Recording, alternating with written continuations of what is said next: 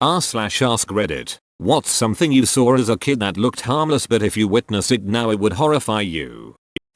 Until the age of 12 my grandma had custody of me. I used to sleep with her and she slept with a baseball bat next to her bed. It wasn't until I was much older that I realized she did it. Dad's friends wouldn't be able to do anything to me. Dad was a drug addict and drunk, and when he was out of prison he had all kinds of people in and out of the house. You would never know what would be missing the next day, often my Nintendo. She did everything she could to protect me from God knows who what, and I had zero clue. Your grandma is a hero. When I was about 4 years old I grabbed an Australian brown snake and swung it around like a lasso. The second most venomous land snake. A bite from one of these is a certain death sentence for a child. True Australian. My town swim instructor would always make fun of the boys, anywhere from ages 6-13 or so, for wanting to change in the stalls, and not out in the main changing room area where he was with his clipboard. He was eventually arrested when a computer tech found child porn on his laptop when he took it in for some repairs. And thanks to the trial we learned that he was filming us with a little camera attached to his clipboard. Also, that he had been molesting a disabled boy that was in his care. What the duck? When I was in 6th grade a girl showed up to school with a Tinkerbell tattoo on her hip. In our child brains, we found this very mature and grown up that her parents had let a family member tattoo her. Looking back at it now, it's concerning that anyone would sign off on a tattoo for a 10-11-year-old.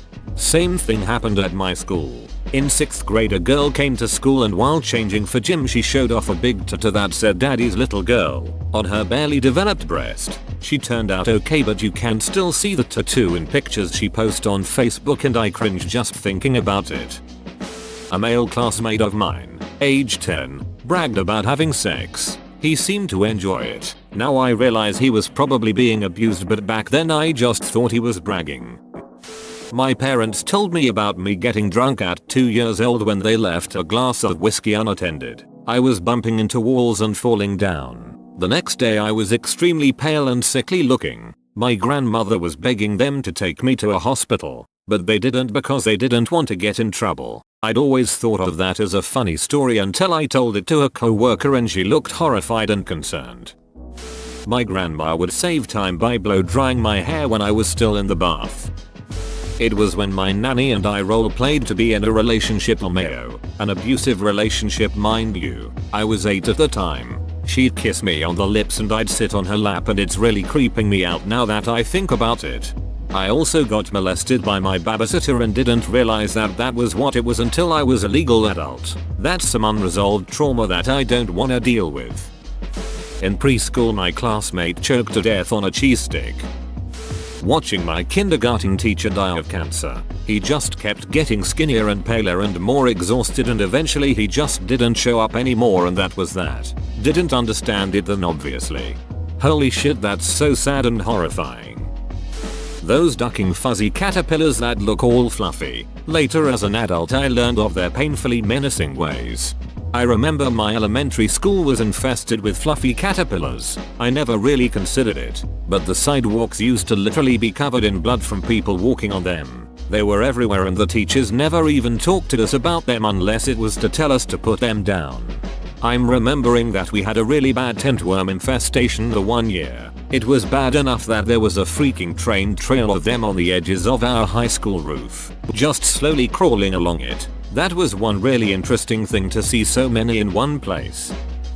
My mom holding what I thought to be sugar cubes and was mad because she didn't give me any after returning to the car with them at an unknown sketchy trailer where she left me in the car alone for seemed like an hour. I had no sense of time as a child. It was drugs. I was wondering who else has drug memories that only made sense later. I can honestly say my children have probably only seen someone smoking crack out a light bulb, tying off, or cooking on a spoon and lighter a few no times in their short lives. I saw one of those probably every day and thought nothing of it. It never even registered it as unusual or worthy of note. Early 90s NYC was something else. I hope you, and your family, are well and safe today. That's a very scary memory for a little child to have.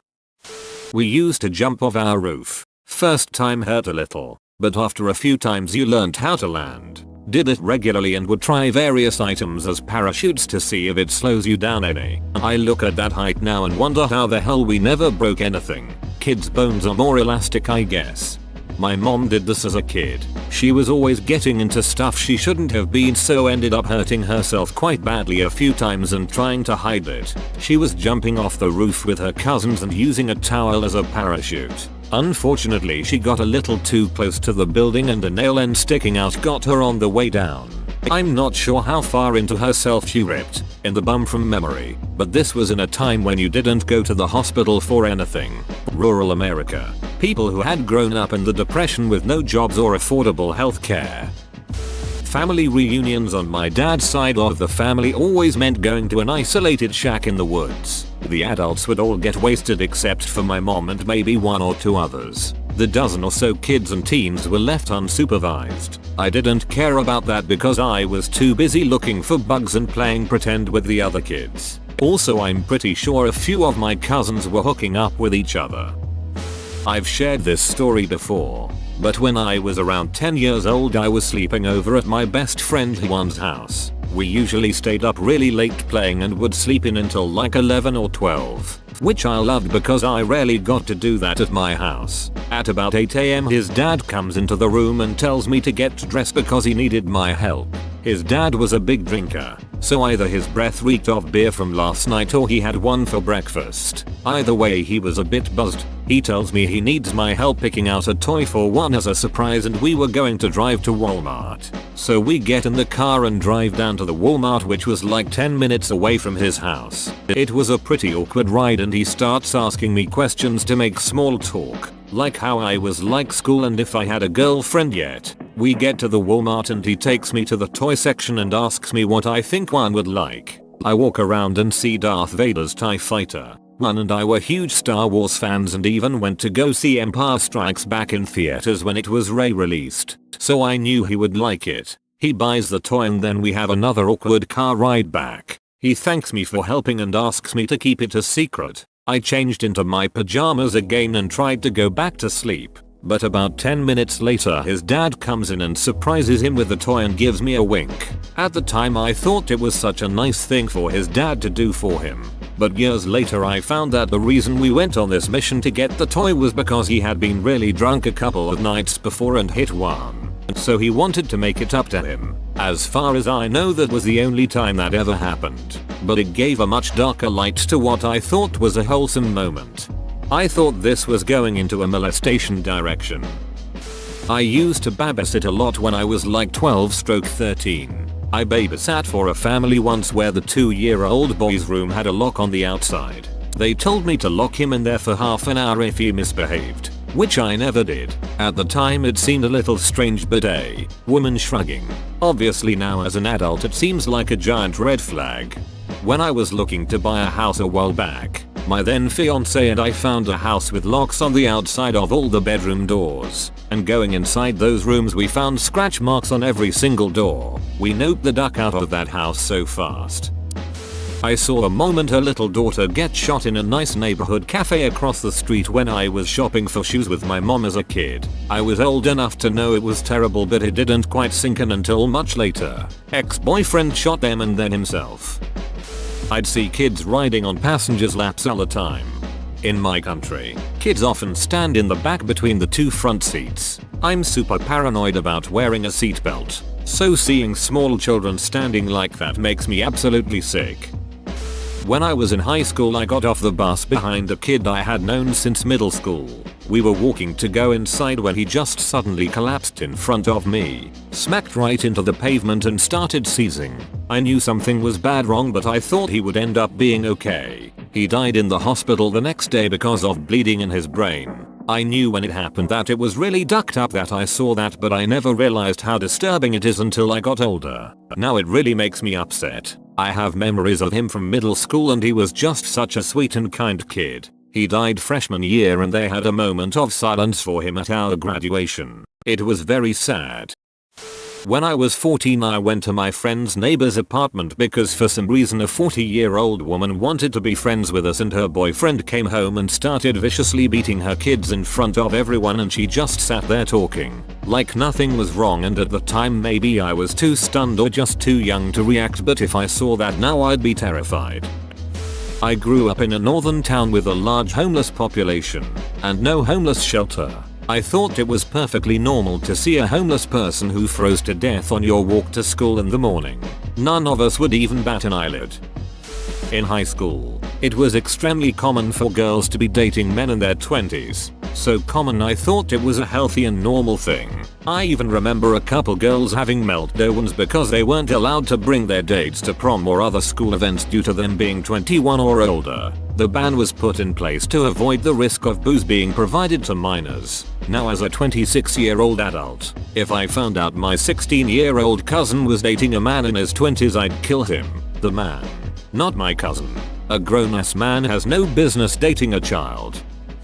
Coraline. I never realized how creepy it was as a kid. A girl in my 5th grade class tried to commit suicide. While class was in session, I watched as I saw her fill her bag with a lot of heavy books, put her head up over her chair and put the book bag handle around her neck to choke herself. She was removed from class and I didn't see her for months afterwards. I am Mexican. In my childhood, I watched as children ate sweetbread, packaged yogurt or cookies for breakfast. As a child I thought how wonderful it was to have desserts for breakfast. To this day, I find it horrible to see how parents continue to feed their children junk food for breakfast or lunch. For something, child obesity is so high in my country. In the same vein, how much coffee I drank as a kid, at night anytime we visited Mexico.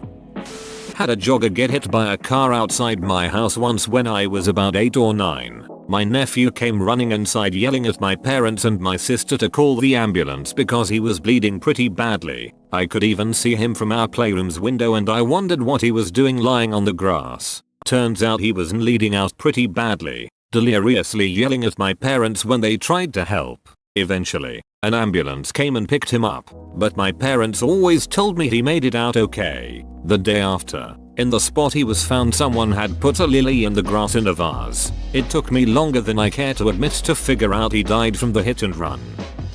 One time when I was around 7 or 8 I went to a daytime summer camp. There was a girl I was friends with and one day I decided to play a prank on her. She was sitting in a chair and I went up behind her, grabbed the back of the chair and shook it. She started laughing and yelling at me to stop. So I stopped. Then she acted surprised and asked why I'd stopped. Well, she specifically requested that. That's why. And then she said, no silly. My dad told me that when a girl says stop she means you have to do it harder. I meant shake it harder.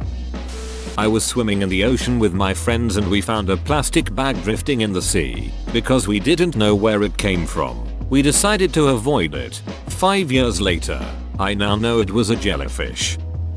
Growing up, there was a super friendly late 20-something guy living in the house next door with his girlfriend, wife, and her parents. He used to always shoot hoops with me and my buddies in the neighborhood.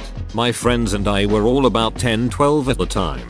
This guy was a Marine Corps veteran and one day he let us all check out and hold his arsenal of weapons. There were handguns, a rifle, some other kind of automatic weapon I don't remember now, and a grenade. I distinctly remember being surprised how heavy the handgun was. This was mid-90s. Breaking a bone.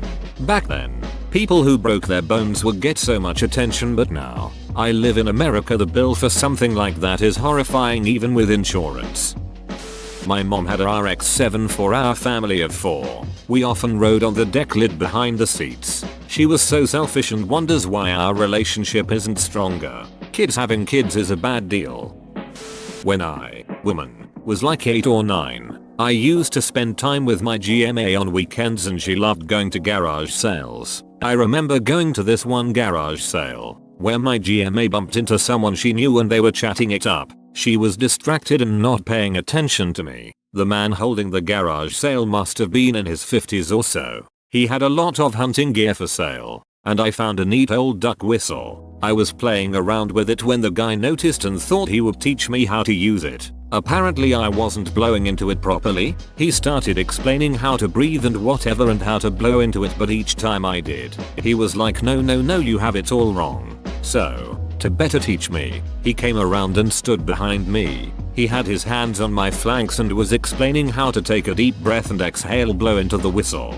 He stood there, explaining this to me for several minutes, and each time I tried to use the duck whistle, I could feel him getting closer until he was almost like grinding on me. At the time as a kid, I just thought he had no sense of personal space. Now as an adult, I realize what a ducking creep he was.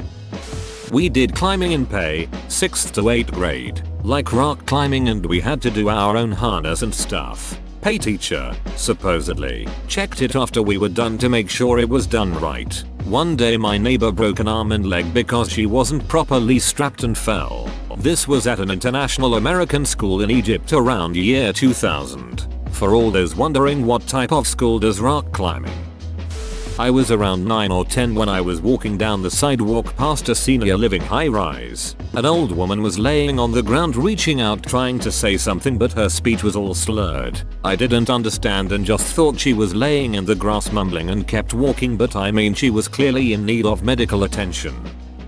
Happy tree friends. I did realize it was a horrifying thing as a kid, but far too late. My siblings and I had already watched a lot of it, and when I realized how awful the show was, I still watched it cause my siblings did. It literally scarred me though, and whenever I see it, I start crying. I'm Middle Eastern, and there's a tradition to show the utmost love and respect to your guest, and that is to literally kill a baby lamb in front of their eyes. I witnessed this maybe 4-5 times when I was a kid, and oh my, what the actual duck. No one cared that we were actual children being exposed to this kind of cruelty. I never wanted to see it again once I was a bit older. The number of times me and my friends had to poop or pee outside because my friend's grandma refused to take us to a bathroom when we were at parks or exercising her dogs in abandoned areas. Especially what went down at the Mormon church. Man, I remember growing up in South Florida, I definitely saw some crazy fist fights in school and felt bad for some kids who got ducked with and stood up for some, but if it got too crazy I definitely protect myself first. I definitely got desensitized to violence at a certain point, but now I'm older and see how absolutely brutal and ducked shit is today. It's no wonder people stay chilling inside having trust issues. You just never know what some people are willing to do, and it plays in your mind sometimes. Really makes you appreciate the shit you have while you have it, that's for sure. Whoa, you made it to the end? You're a ducking beast. I'll cut you a deal. Smash like and subscribe for more curated content, bruh. It's free and that's a great price.